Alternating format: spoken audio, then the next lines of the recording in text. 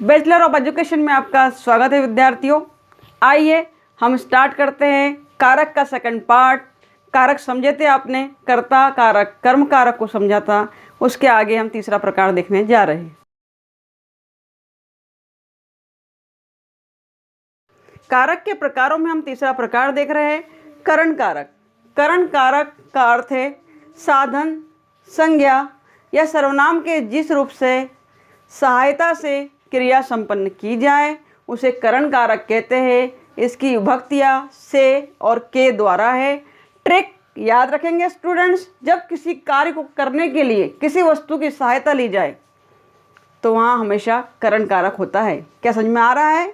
जब किसी कार्य को करने के लिए किसी की सहायता ली जाए किसी वस्तु की, तो वहाँ पर करण कारक होगा। देखते हैं उदाहरण, तो आप भली भांति समझ पाएंगे।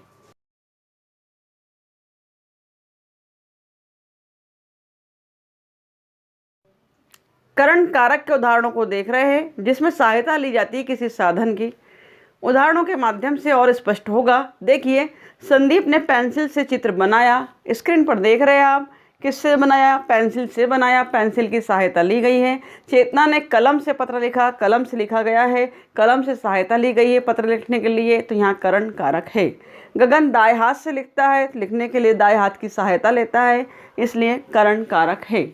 पत्र द्वारा सूचित कर दिया गया है, तो किसके द्वारा? पत्र के द्वारा। हमने कहा था से और के द्वारा इसकी विभक्ति है।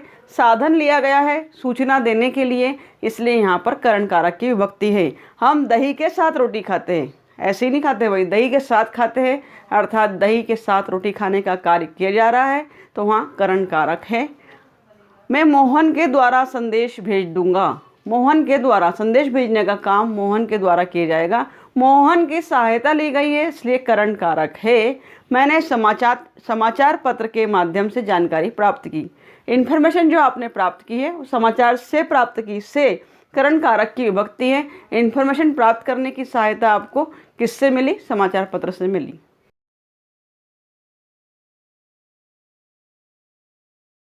उसे ईमेल द्वारा सूचना दे दी गई। द्वारा शब्द कट गया था दोस्तों, आप प्रिंटिंग मिस्टेक है लगा लेंगे। करण कारक का उदाहरण है, वो कुल्हाड़ी से वृक्ष काटता है। वृक्ष काटने का कार्य कुल्हाड़ी की सहायता से की जा रहा है, इसलिए वहाँ करण कारक है। राम ने तीर से रावण को मारा। राम जी रावण को जो मारने का कार्य कर रहे हैं उसमें तीर की सहायता ले रहे हैं, तो सहायता ली गई है, इसलिए करण कारक है। अगला उदाहरण कारक का हम देख रहे हैं संप्रदान कारक। जिसमें प्रदान करने का बोध होगा, देने का बोध होगा, वो संप्रदान कारक है। जिसके लिए क्रिया की जाती है या जिसको कुछ दिया जाता है उसे संप्रदान कारक कहते हैं। जिसके लिए क्रिया करेंगे या जिसे कुछ प्रदान करेंगे उसे हम संप्रदान कारक कहेंगे।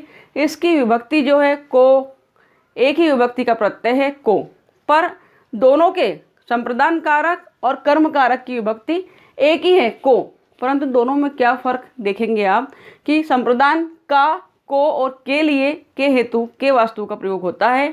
निम्नांकित प्रयोग पर ध्यान देंगे तो समझ पाएंगे।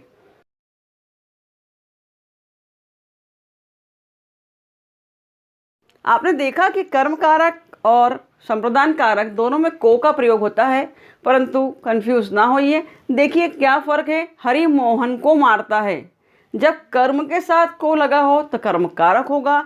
हरि मोहन को रुपए देता है, कर्म के साथ देने का भाव होगा या जिसके लिए क्रिया की जाएगी वहाँ पे संप्रदान कारक होगा। संप्रदान कारक में कुछ देने का भाव होगा, प्रदान करने का भाव होगा, संप्रदान करने का भाव होगा, और कर्म कारक में कर्म के लिए बात की जाएगी। उसने लड़के को बुलाया। किसको? लड़के को। आप प्रश्न कर सकते हैं कर्म कारक के लिए क्या और किसको। अगर जवाब मिल रहा है तो कर्म कारक है। हरि मोहन को रुपए देता है में देने का भाव है। उसने लड़के को बुलाया, उसने लड़के को मिठाइयाँ दी। देखिए प्रदान करने का भाव है, इसलिए संप्रदान कारक है। डिफ्रेंशिएट आप कर पा रहे होंगे, अंतर समझ पा रहे होंगे। माँ ने बच्चे को खेलते देखा। किसको देखा? जवाब मिल रहा है। हमने एक ट्रिक देखी थी कि जब भी कर्म कारक को पहचानना हो तो क्रिया में प्रश्न करना है क्या और किसको। तो यहाँ क्रिया क्या है? माँ ने बच्चे को खेलते देखा। देखा में किसको? बच्चे को। जवाब मिल गया है, कर्म कारक है।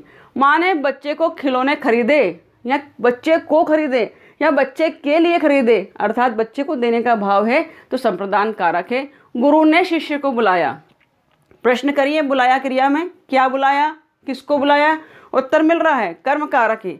गुरु शिष्य को ज्ञान देता है, प्रदान करने का भाव है, बोध है, इसलिए संप्रदान कारक है। वह गरीबों से मिला, किससे मिला, यहाँ से आ गया, इसका तात्पर्य करण कारक नहीं है क्योंकि गरीबों की सहायता नहीं ली गई है। वह गरीबों से मिला तो यह कर्म कारक का बोध करा रहा है। उसने गरीबों को भोजन दिया, क्या दिया, भोजन दिया, प्रदान करने का भाव है, इसलिए संप्रदान कारक है। भली बात समझ गए होंगे।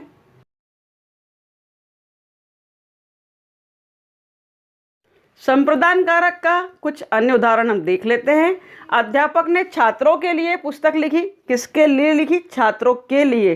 तो बाबू ने भिखारी को 10 रुपये भेंट दिए, किसको दिए, भिखारी को दिए, देने का भाव है।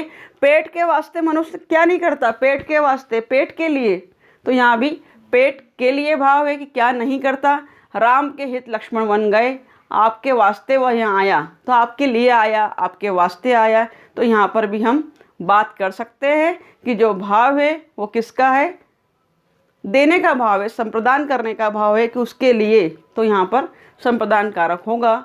अपादान कारक को हम देखते हैं। अब अगला जो हमारा प्रत्यय है वो अपादान कारक है। संज्ञा के जिस रूप से किसी वस्तु के अलग होने का, पृथक होने का, अलगाव का भाव प्रकट हो उसे अपादान कारक कहते हैं मित्रों।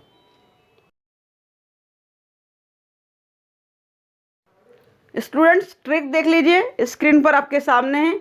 जिस शब्द में अपादान की विभक्ति लगती है, जिस शब्द में उससे किसी दूसरी वस्तु के पृथक होने का बोध होता है, वहीं पर अपादान कारक की विभक्ति से का प्रयोग किया जाता है। जिस शब्द में अपादान की विभक्ति लगती है उससे अलग होने का बोध होता है। कैसे अलग होने का, तो देखिए एग्जाम्पल के माध्यम से। प्रवीण छत से कूदा, जिस शब्द में बोल रहे हैं कि अपादान की विभक्ति लगती है छत से, किस में लगी, छत से, तो उससे अलग होने का भाव होगा। प्रवीण छत से अलग हो गया है, इसलिए यहाँ पर अपादान कारक की विभक्ति है, पृथक का भाव है।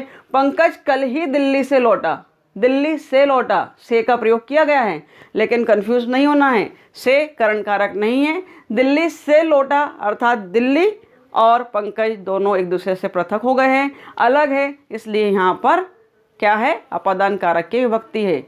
राहुल घर से बाहर आया, राहुल का संबंध घर से पृथक हो गया है, घर से दूर आ गया है, इसलिए यहाँ पर क्या है, अपादान कारक है मित्रों। चेतना ने घड़े से पानी डाला, चेतना ने घड़े से पानी डाला, तो क्या डाला, घड़े से पानी डाला, घड़ा और पानी अपने आप में पृथक हो गया है, इसलिए यहाँ पे अपादान कारक की विभक्ति है। आइए और भी उदाहरण हम देखते हैं।